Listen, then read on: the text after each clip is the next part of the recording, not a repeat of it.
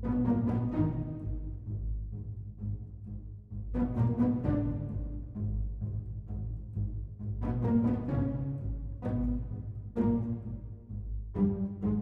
from the public have helped the FBI bring criminals to justice, find missing persons, and give closure to victims.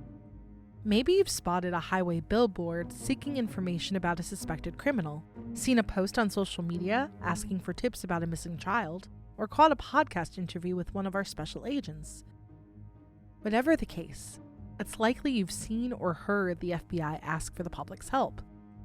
But what happens when you realize that a wanted subject is someone you know, or that you have information that might help the Bureau solve or prevent a crime? On this episode of Inside the FBI, we'll break down what kinds of things you should and shouldn't report to the Bureau, how you can submit a tip, and what happens once you do. I'm Jennifer Lee Oprahori, and this is Inside the FBI.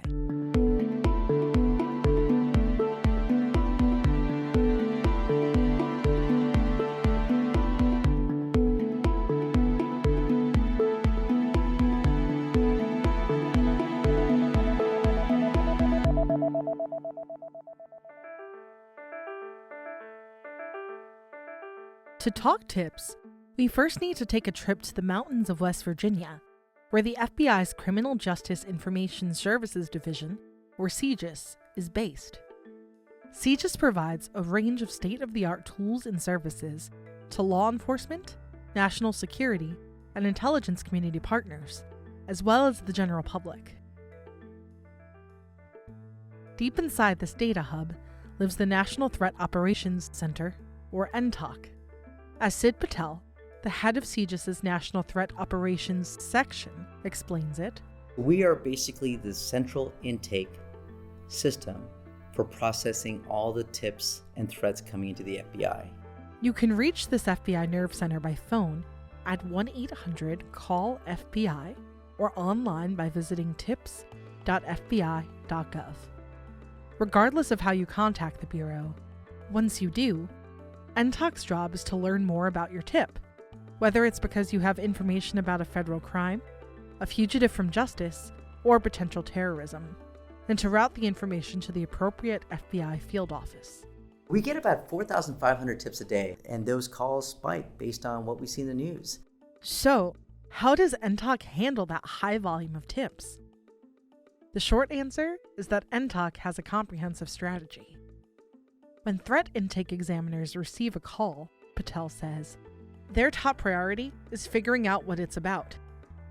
People who need to report a situation that involves an immediate threat to life, serious bodily injury, or significant violent action should contact 911. However, if NTOC believes the information provided by a tipster involves these situations, NTOC will send that tip to the appropriate FBI field office and/or State Fusion Center for action. For example, a tip involving someone threatening to conduct a mass shooting. All that being said, if you or a loved one is ever facing a mental health crisis, Patel suggests reaching out to the appropriate experts directly. If this is something of mental health, or you're having tendencies of suicide or different types of addiction where you need help, call 988. But what if a call doesn't involve an emergency or threat to life? NTOC's next step becomes figuring out whether the alleged crime being reported falls under the FBI's jurisdiction. If the tip involves a threat to national security or a federal crime, it's something the FBI will pursue. We handle the federal law. We have a wide array of federal statutes, from counterterrorism, counterintelligence, cyber crimes, various types of fraud, like romance and elder fraud. We have a variety of statutes that you can find on the internet. Those are the types of crimes that we want to hear about.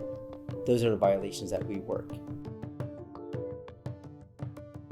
And if it's not something the FBI investigates, NTOC can pass along the tip to our partners so that they can take any investigation or response from there.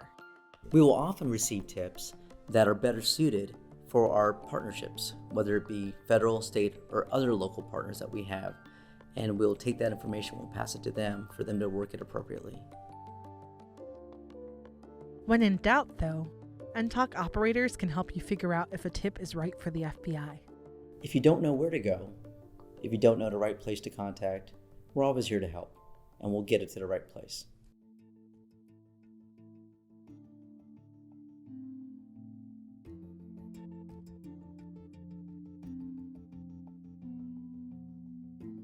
When it comes to submitting a tip, Patel recommends communicating clearly and concisely and keeping your tips honest, accurate, and thorough. If you're submitting a tip online, he says, I think it's important to have all the facts in there. Any information you do give us, whether it be names, phone numbers, specific details of the threat, it all helps us. We want to get a good understanding of the different W's. What happened, why you think it may have happened, where, when. Those specifics, he says, help the FBI appropriately route and follow up on tips, as well as open investigations, if appropriate. Any and all details you can provide are important. For example, if your tip mentions a video, include timestamps for the parts of the video you think the FBI needs to see. It helps us pinpoint exactly where we should be looking. On a similar note, while submitting a tip anonymously won't make the Bureau take it any less seriously. Including your name and contact details can help investigators reach back out to you if any follow-up questions arise. We treat all tips the same. We look for the information in there. We do some of our own diligence and rigor to determine the type of tip and where it should go and the type of threats that are being reported. But whether anonymous or not, we treat them all the same. We often prefer to receive information from the individual so that we can call them back and ask additional questions that may come from the tip. But it's up to you whether you want to provide that or not. On the other hand, Patel says, the FBI may not need to reach out again after receiving your tip, but that doesn't make it any less valuable. Our protocol is, as an intake center, to evaluate the tip, get all the information we need, and then pass it to the field office. It's upon the field office and the agents working those tips to determine how they want to move forward. They often work closely with the U.S. Attorney's Office to determine the federal nexus and whether a case will be opened and how they're going to proceed with the investigation. So often we do not call back the individuals that have provided the tip, but there are occasions that we do, which usually come from the agents in the field to be able to develop further leads and learn more about the actual tip itself. And if you're still on the fence about reaching out to the FBI, it's important to know that these tips are powerful.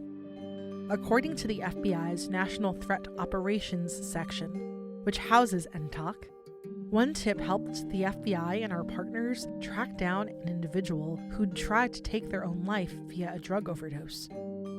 Another tip, this time from a female who was being sex trafficked, empowered the Bureau and our partners to collaborate to save her and eventually arrest her trafficker.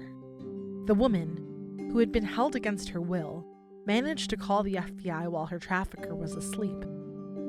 And a third tip led to the successful apprehension of FBI 10 Most Wanted fugitive Octaviano Juarez Coro.